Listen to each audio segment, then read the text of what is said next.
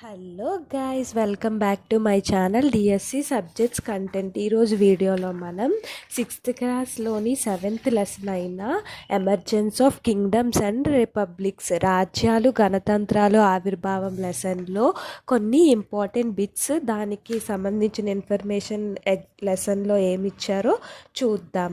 First bit, Kaushambi was the capital of which Mahajanapada? A Magadha, B Vatsa, C Avanti, D Asmaka.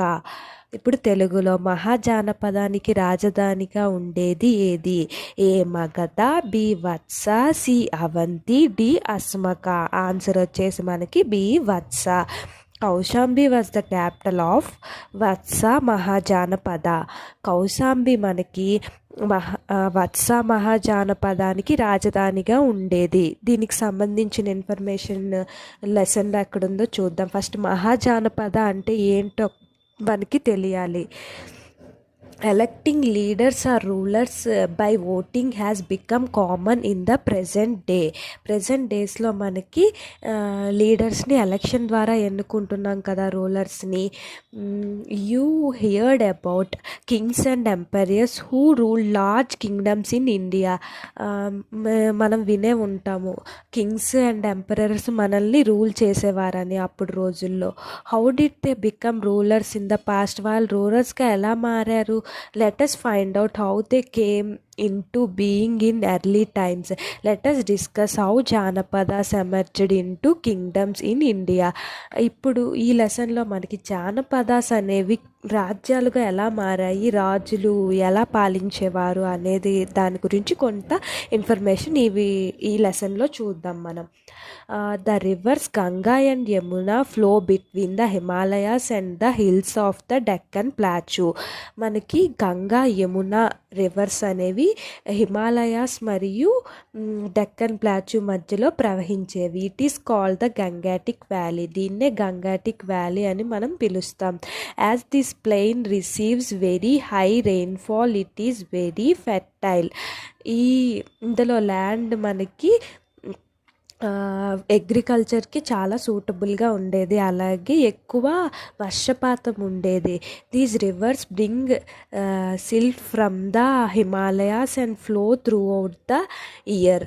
ఇది హిమాలయాస్ నుంచి ఒండ్రు మట్టిని ఈ రివర్స్ ఎక్కడైతే సారవంతమైన నేలలు ఉండేవో అక్కడికి తీసుకొని వచ్చేదన్నమాట. Initially the people of different tribes settle down to practice agriculture in convenient parts of the valley.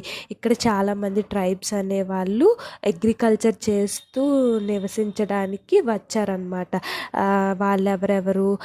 సఖ్యాస్, Licchavis, Mallas, Vaidehas etcetera are of such tribes. వాళ్ళలో వీళ్ళు ఉండేవారు అనమాట, ఈ తెగలకు చెందిన వాళ్ళు.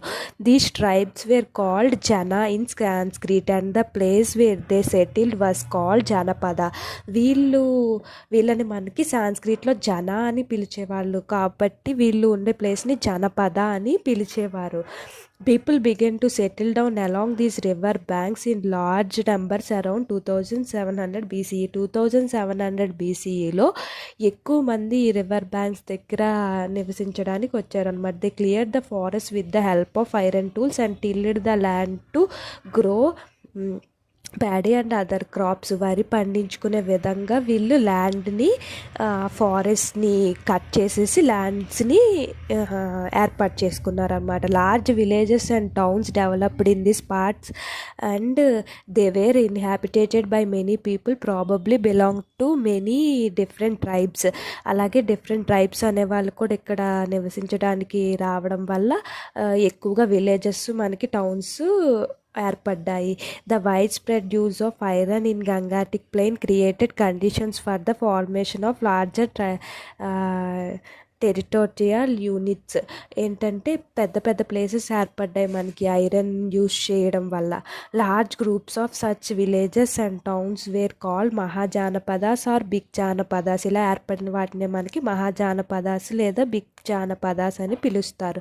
Most of the mahajanapadas had a capital city and many of this were fortified. ఈ వీటిలో మహాజానపదాస్కి ఒక క్యాపిటల్ సిటీ ఉండేది, అక్కడ మనకి కోటల వంటి నిర్మాణాలు ఉండేవి.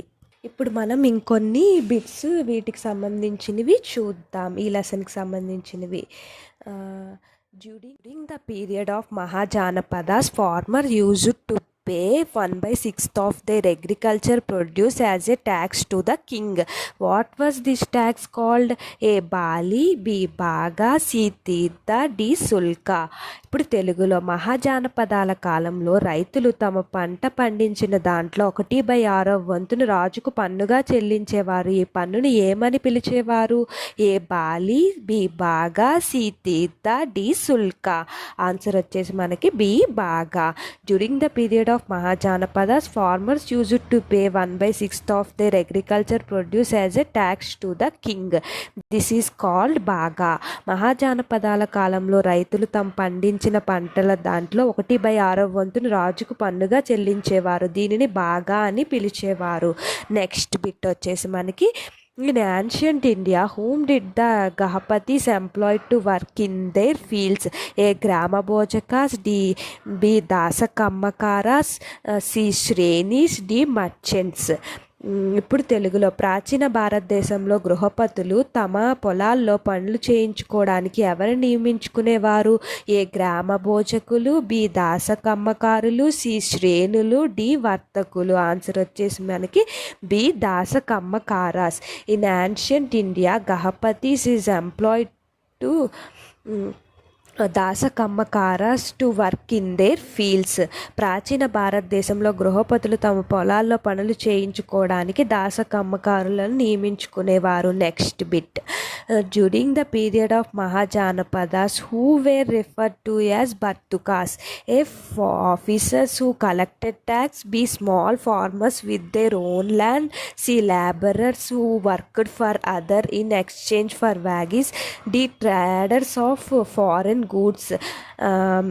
ఇప్పుడు తెలుగులో మహాజానపదాల కాలంలో బర్తుకా అని ఎవరిని పిలిచేవారు? ఏ పన్నులు వసూలు చేసే అధికారులు, బి సొంత భూమి ఉన్న చిన్న రైతులు, సి వేతనం కోసం ఇతరుల వద్ద పనిచేసే కూలీలు, డి విదేశీ వస్తువుల వర్తకులు. ఆన్సర్ వచ్చేసి మనకి C labourers who worked for other in exchange for wages. During the period of Mahajanapadas, Bartukas is called to laborers who worked for other in exchange for wages. మహాజానపదాల కాలంలో బర్తుకా అని వేతనం కోసం ఇతరుల వద్ద పనిచేసే కూలీలను పిలిచేవారు. ఇప్పుడు దీనికి సంబంధించిన ఇన్ఫర్మేషన్ టెక్స్ట్ బుక్లో ఏముందో చూద్దాం. How do we know about the mahajanapadas? మనం మహాజానపదాల గురించి ఎలా తెలుసుకోవచ్చు? We get to know much about those villages and towns from two kinds of sources, from archaeological excavations in different places and from the books composed during that period. దీని గురించి మనం ఆ villages towns గురించి ఎలా తెలుసుకోవచ్చు? త్రవ్వకాల ద్వారా బయటపడిన వాటి నుంచి మరియు అప్పుడు రాసిన బుక్స్ నుంచి తెలుసుకోవచ్చు.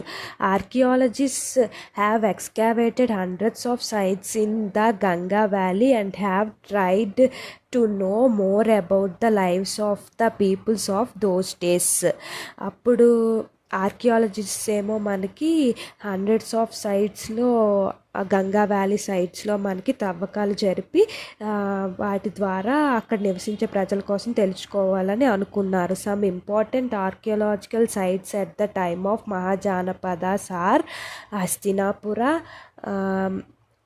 అత్రంజి కేరా, కోశాంబి, పాటలీపుత్ర. అందులో మనకి ముఖ్యంగా ఏముంటాయి? హస్తినాపుర, అత్రంజికేర, కోశాంబి, పాటలీపుత్ర అనేవి ముఖ్యమైనవి. ఇప్పుడు మనం ముందు బిట్ చెప్పుకున్నాం కదా కోశాంబి గురించి. ఇప్పుడు నెక్స్ట్ ఇంకేమి ఇంపార్టెంటో చూద్దాం. ఇక్కడ మహాజానపదాల గురించి కొన్ని ఇన్ఫర్మేషన్ చూద్దాం. We learn from the books of those times that agriculture was managed by landowners called grahapatis or gahapatis. అప్పటి రోజుల్లో మనకి భూ యజమానుల్ని గృహపతిస్ అని పిలిచేవారు. who usually worked along with their family members on these fields. అప్పుడు పంట పొలాల్లో వాళ్ళ ఫ్యామిలీతో సహా పనిచేసే వారిని అలా పిలిచేవారు అనమాట. But they also employed dasas or slaves and workers bhritakas or who worked on their fields and homes in return for wages. ఇందాక చెప్పుకున్నాం కదా మన బర్తుకాని దాస కమ్మరాస్ని స్లేవ్స్గా వీళ్ళు నియమించుకునేవారు. Some wealthy graffitis and had more land and slaves to work for them. బాగా డబ్బున్న వాళ్ళు ఇలా బానిసల్ని నియమించుకునేవారు. 2 మేజర్ చేంజ్ హ్యాపెండ్ ఇన్ అగ్రికల్చర్లో మనకి ఆ రోజుల్లో 2 మేజర్ చేంజ్ ఏర్పడ్డాయి. యూజ్ ఆఫ్ ఐరన్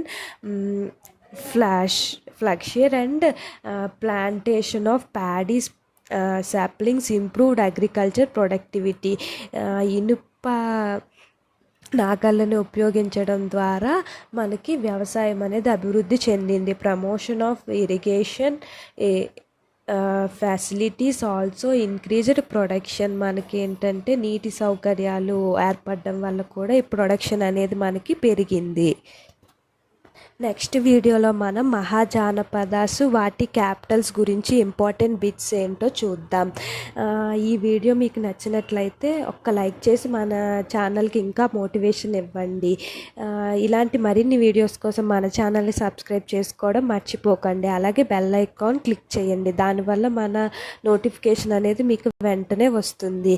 ఈ వీడియో ఎవరికైనా యూస్ఫుల్గా అనిపిస్తే వారికి కూడా షేర్ చేయండి. Thank you for watching.